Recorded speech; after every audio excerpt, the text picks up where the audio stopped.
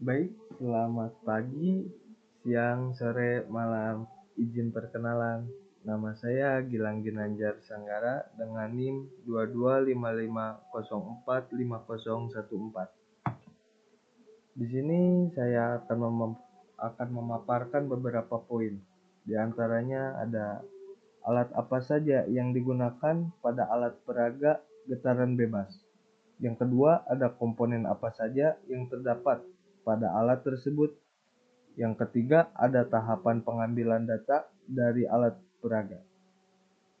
Yang keempat, menjelaskan tahapan mengubah data menjadi grafik menggunakan software Octave.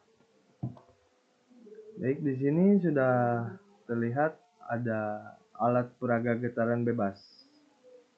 Alat peraga getaran linear adalah alat peraga untuk merepresentasikan secara fisik getaran yang terjadi pada balok, pegas, dan redaman. Alat ini dapat merepresentasikan 1. Getaran bebas 1 derajat, kebebasan tak teredam dan teredam. 2. Getaran paksa, getaran pada unbalance, tak teredam dan teredam. 3. Getaran bebas 2 derajat, kebebasan tak teredam dan teredam. 4. Getaran paksa, getaran pada unbalance 2 derajat, kebebasan tak teredam dan teredam. Alat yang digunakannya adalah PC atau laptop. PC atau laptop adalah sebuah perangkat atau media yang akan memunculkan data pada saat pengujian getaran berlangsung. Yang kedua ada timbangan. Timbangan digital adalah alat pengukur berat yang menggunakan teknologi elektronik untuk menampilkan hasil secara digital. Yang ketiga ada takometer.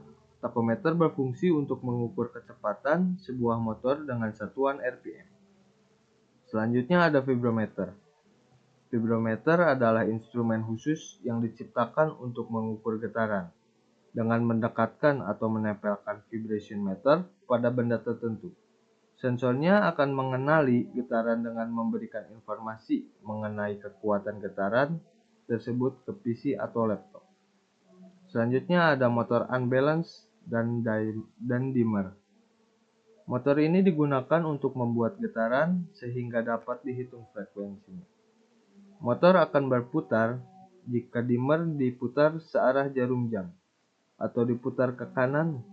Semakin banyak putaran dimmer, semakin kencang putaran yang dihasilkan oleh motornya. Terus yang terakhir ada penggaris besi.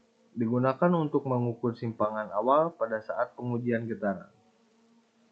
Di sini sudah terlihat ada beberapa komponen yang digunakan dalam alat pengujian getaran. Di antaranya ada pegas.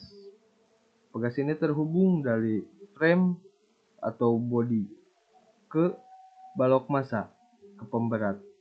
Yang kedua ada balok massa. Balok massa berfungsi untuk memberatkan pegas. Yang ketiga ada mur pengunci. Mur pengunci berfungsi untuk mengikat atau menjaga agar tidak terjatuh balok massanya. Selanjutnya ada frame atau bodi dari alat pengujian tersebut. Terus ada peredam dan yang terakhir ada rail atau jalur untuk alat pengujian. Selanjutnya ada tahapan pengambilan data. Dari tabel ini ada beberapa parameter yang didapatkan pada saat praktikum, di antaranya simpangan awal, massa, dan rata-rata frekuensi. Untuk simpangan awal, X1 sama dengan 15 mm dengan M1 0,780 dan rata-rata frekuensinya 1583. Untuk M2 0,915 dengan rata-rata frekuensinya 1429 dan M3 0,675 dengan rata-rata frekuensinya 1055. Untuk X2 dengan panjang 25 mm dengan massa yang sama dengan X1 dan mendapatkan rata-rata frekuensi yaitu M1 976,7, untuk M2 942,2 dan M3 1474. Untuk simpangan yang ketiga atau X3 dengan jarak 35 mm dengan berat massa yang sama dengan X1 dan X2 mendapatkan rata-rata frekuensi untuk M1 348,4, M2 1520 dan M3 421,9. Dari parameter-parameter tersebut kita hitung agar mendapatkan kekakuan pegas. Untuk perhitungannya dimulai dari panjang pegas sebelum diberi massa, yaitu XA sama dengan 11,5 cm dikonversikan ke meter menjadi 0,115 meter. Selanjutnya ada panjang pegas setelah diberi massa, yaitu XB1 13 cm dikonversikan menjadi 13 meter. 0,13 meter. Yang kedua ada XB2 13,5 cm dikonversikan ke meter menjadi 0,135 dan XB3 12,5 cm dikonversikan ke meter menjadi 0,125 meter. Selanjutnya mencari kekakuan pegas, dan yang pertama menghitung perpanjangan tambahan pegas delta X. Delta X sama dengan XB dikurang XA. XB itu panjang pegas setelah diberi massa dan XA panjang pegas sebelum diberi massa. Jadi 0,13 dikurang 0,115 dan mendapatkan hasil 0,015. Begitu juga seterusnya. Selanjutnya menghitung gaya F. F sama dengan M dikali G. G dengan tetapan nilai 9,81. Pada percobaan 1, 2, dan 3 memiliki nilai massa M1, M2, M3 yang sama, sehingga hanya dapat dihitung satu kali saja, namun memiliki nilai rata-rata frekuensi Hz yang berbeda-beda.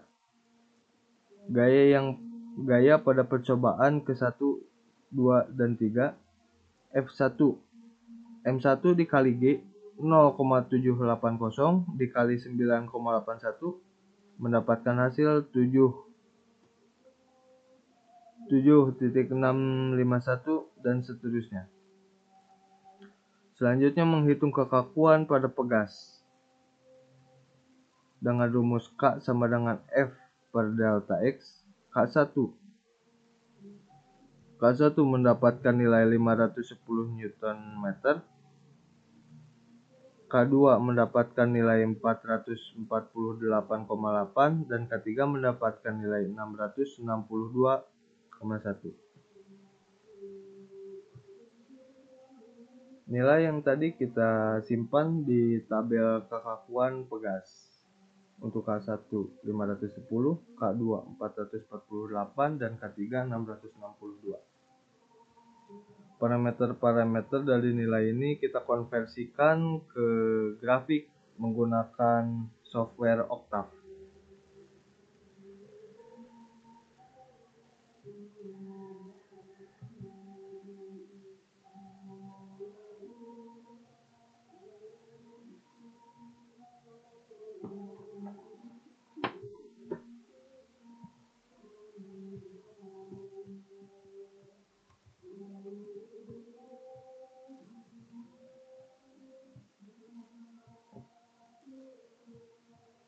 Baik, ini sudah di software Octave. Selanjutnya kita memasukkan codingan yang sudah di-download atau sudah disediakan. Kita masukkan dulu codingannya. Di sini ada beberapa codingan dari mulai VTB 1 1 dan masih banyak yang lain. Kita menggunakan VTB 1 1.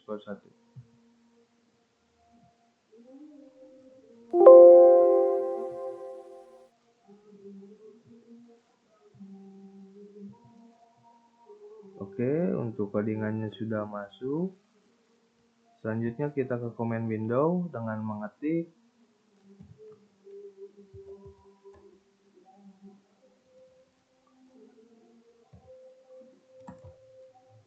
help vtb 1_1. Oke.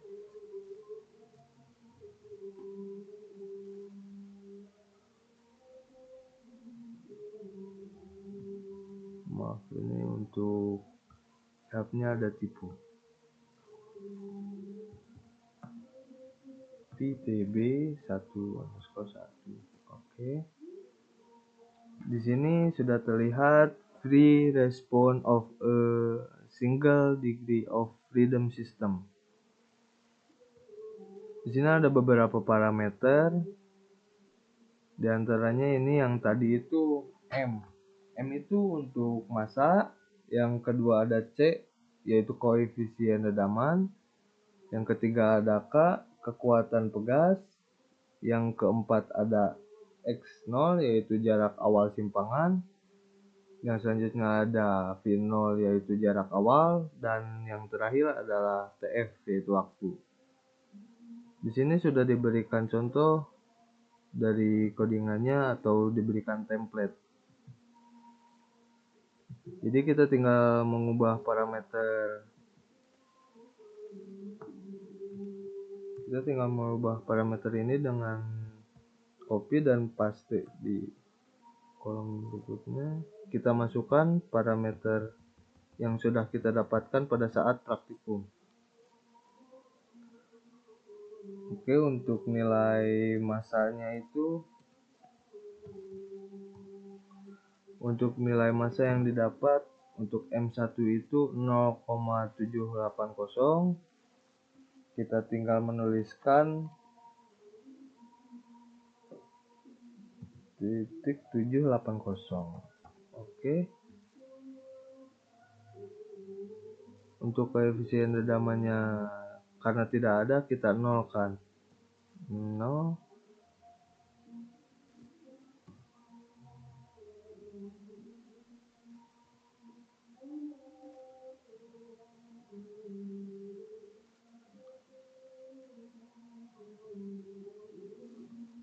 Oke.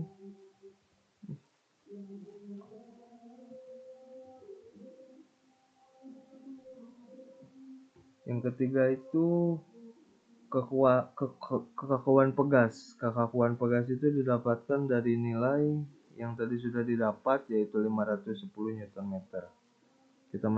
Kita masukkan 510.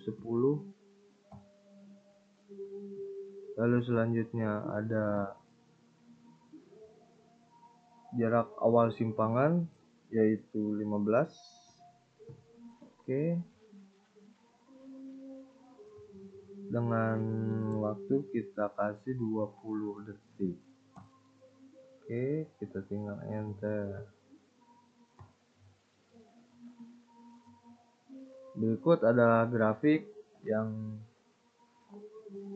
sudah dikonversikan dari data yang tadi. Di sini terlihat gelombangnya itu lebih ke stabil dengan nilai paling tinggi 15 dan paling rendah -15 dengan waktu 20 detik. Kelihatannya dari gelombangnya itu stabil karena tidak ada redaman. Lalu kita coba untuk yang menggunakan redaman. Kita tinggal copy paste aja yang menggunakan redaman. Yang tidak menggunakan redaman di copy lalu di paste. Selanjutnya kita tinggal tambahkan redaman. Untuk contoh redamannya 0,02. 0,02. Oke.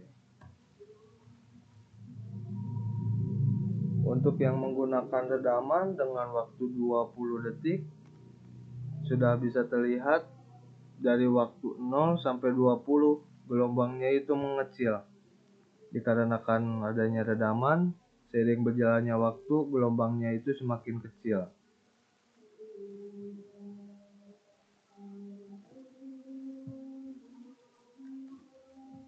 Untuk contoh yang kedua yaitu X2.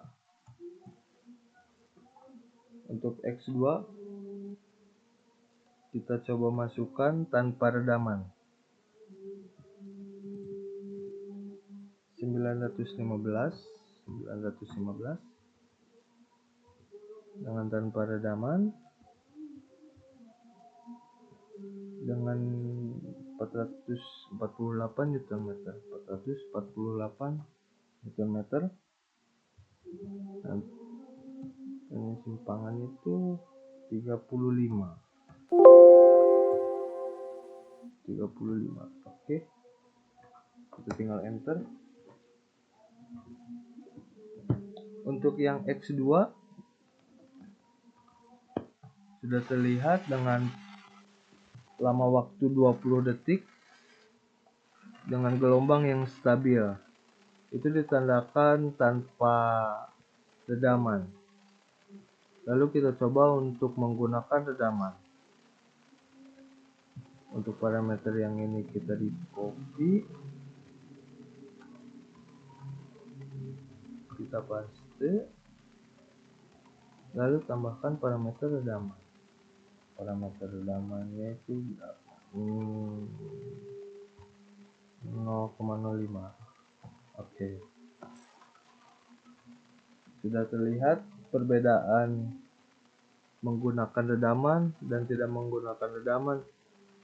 Untuk penggunaan redaman, gelombangnya itu semakin lama semakin mengecil. Seperti itu. Oke. Baik, sepertinya seperti itu yang bisa saya sampaikan. Mohon maaf jika ada salah kata atau salah penyampaian. Terima kasih atas perhatiannya. Wassalamualaikum warahmatullahi wabarakatuh.